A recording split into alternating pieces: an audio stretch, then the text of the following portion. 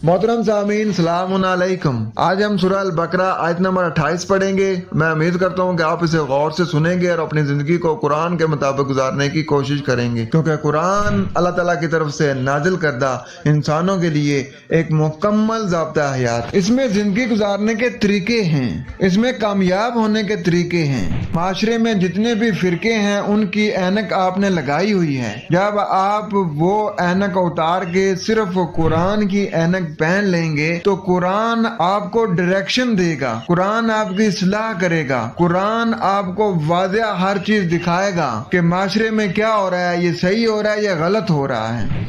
नाज़रीन, आप देख लें कि माशरे में कितने फिरका वारियत है, कितनी कत्लो गारत है, कितनी बदअमनी है। लोग एक दूसरे के ऊपर कुफर के फतवे लगाते हैं। वो कहते हैं जी कि हम सिर्फ मुस्लिम हैं, बकाया सब काफिर हैं। और वो ये क्यों कहते हैं? क्योंकि उन्होंने खुद किसी फिरके की ऐनक लगाई हुई है और वो ऐनक ऐसी है कि वो सिर्फ उनको मुसलमान बताती है और बकाया सबको वो काफिर डिक्लेयर करती है। नाज़रीन, जब हम सूरह अल इमरान पढ़ते हैं उसमें मालिक कायनात का इरशाद है कि बिहाब्लिल्लाह जमीआ वला तफर्रकू, कि तुम अल्लाह की ये जो रस्सी कुरान है इसको मजबूती से पकड़ लो, इसमें फर्क ना करो। अब हमारी कौम इस आयत को मानती नहीं है। कादियानियों ने एक आयत का इनकार किया तो पूरी कौम ने उसको काफिर डिक्लेयर कर दिया कि वो काफिर हो गए। और हमारी कौम इस आयत को मानती नहीं है। हर बंदा बड़े फख्र से कहता है मैं बरेलवी हूँ, मैं देवबंदी हूँ, मैं अहले हदीस हूँ, मैं शिया हूँ, मैं जमातुल मुस्लिमीन हूँ, मैं सिर्फ मुस्लिम हूँ। और अंदर अकायद वही मुशरकाना,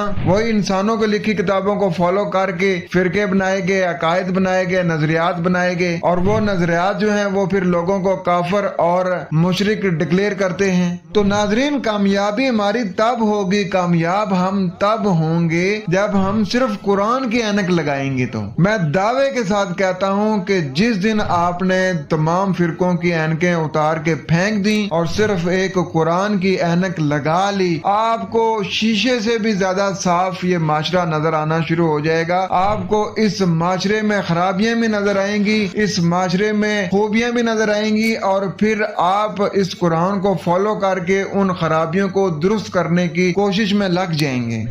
इसी तरीके से एक दिन आएगा कि ये सारा माशरा इस्लामी माशरा बन जाएगा।